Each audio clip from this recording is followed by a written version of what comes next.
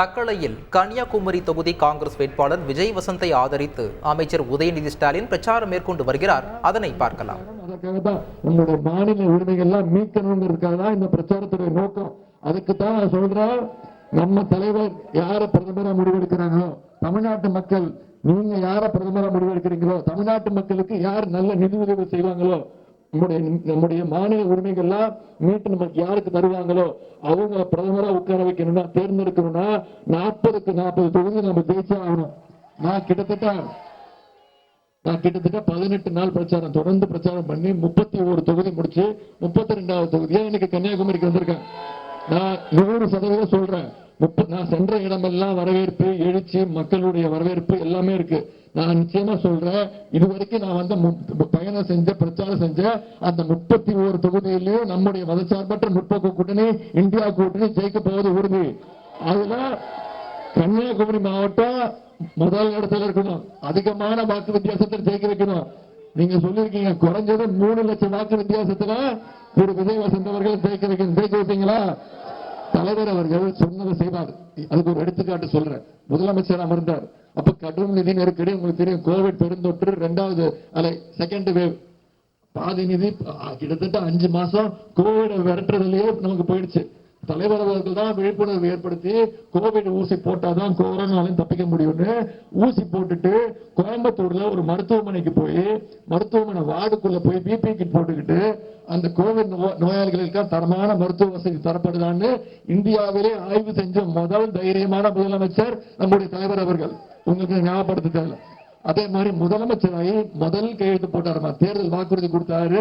அதுல முதல் கையெழுத்து என்ன போட்டாரு?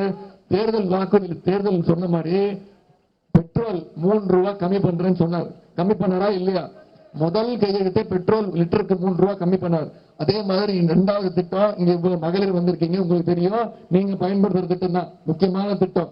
அதுதான் மகளிருக்கு கட்டணம் இல்லா பேருந்து வசதி திட்டம். உபயோகிக்கிறீங்களா இல்லையாமா? உபயோகிக்கிறீங்களா இல்லையா? ஒவ்வொரு மாசமும் மகளிர் கிட்டத்தட்ட 850 ரூபாயிலிருந்து 900 ரூபாய் வரைக்கும் சேமிக்கிறீங்க. இது வரைக்கும் தமிழ்நாட்டுல மட்டுமா கிட்டத்தட்ட 460 கோடி பயணங்களை இந்த திட்டத்தின் மூலம் மகளிர் பயன்படுத்திருக்கிறாங்க. அதுதான் இந்த திட்டத்துடைய வெற்றி. எங்க பார்த்தாலும் இப்ப இந்த பிங்க் பஸ் தான். நீங்க தான் பஸ் ஓனர்ஸ், எங்க வேணா ஏறிக்கலாம், எங்க வேணா இறங்கிக்கலாம். இப்போ இந்த கன்னியாகுமரி மாவட்டத்தில் மட்டும் எத்தனை பயணங்கள் தெரியுமா மகளிர் மேற்கொண்டிருக்கீங்க?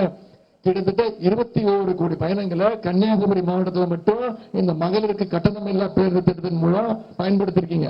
இப்ப மகளிரும் சரி, பொதுமக்களும் சரி, அது பிங்க் பஸ் தான் கூப்பிடுறதில்லை, தலைவர் பேரை சொல்லி ஸ்டாலின் பஸ் தான் கூப்பிடுறாங்க. அந்த அளவுக்கு அந்த திட்டம் மக்கள் கிட்ட போய் சென்று வந்திருக்கு.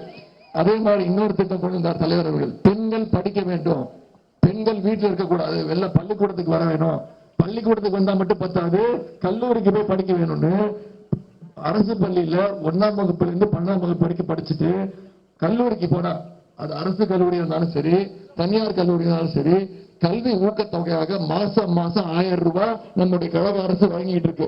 இது வரைக்கும் இந்த ஒரு வருஷமும் 3 லட்சம் மாணவிகள் பயன்பெற்று இருக்காங்க. இன்னைக்கு இந்த கன்னியாகுமரி மாவட்டத்தில் மட்டும் 4000 மாணவிகள் மாசம் 1000 ரூபாய் கல்வி ஊக்கத்தொகையை பெற்றுட்டு இருக்காங்க. இதுதான் நம்முடைய திராவிட மாடல் அரசு. இப்ப நான் சொன்ன விடியல் பயணம், மகளிருக்கு கட்டணம் இல்லா பேருந்து, இந்த திட்டம் இவ்வளவு பெரிய வெற்றி. இந்த திட்டத்தை பார்த்துட்டு பக்கத்தில் இருக்கக்கூடிய கர்நாடகா மாநிலத்தில் இந்த திட்டத்தை அமல்படுத்தி இருக்கிறாங்க. அதே போல இன்னொரு மிக மிக முக்கியமான திட்டம், இந்தியாவிலே முதல் முறை நம்முடைய கழக தலைவர் அவர்கள், முதலமைச்சர் அவர்கள் அறிமுகப்படுத்தின திட்டம். இப்ப காலையில எந்திரிச்சு சீக்கிரம் வேலைக்கு போற பெற்றோர்கள் 6 மணி 7 மணிக்கெல்லாம் போகணும்னா பையனுக்கோ குழந்தைக்கோ எந்திரிச்சு சமைச்சு சாப்பாடு ஊட்டிட்டு போறதுக்கு நேரம் இருக்காது. என்ன பண்ணுவாங்க? நீங்க ஸ்கூலுக்கு போ, மதிய உணவு திட்டத்தில் சாப்பிட்டுக்கோ அப்படின்றாங்க.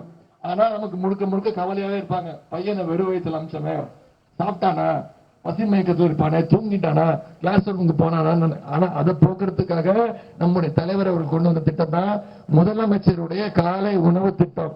தக்கலையில் கன்னியாகுமரி தொகுதி காங்கிரஸ் வேட்பாளர் விஜய் வசந்தை ஆதரித்து அமைச்சர் உதயநிதி ஸ்டாலின் பிரச்சாரம் மேற்கொண்டார். அந்த காட்சிகளை பார்த்தோம். செய்திகளை உடனுக்குடன் தெரிந்து கொள்ள உடனே சப்ஸ்கிரைப் பண்ணுங்க.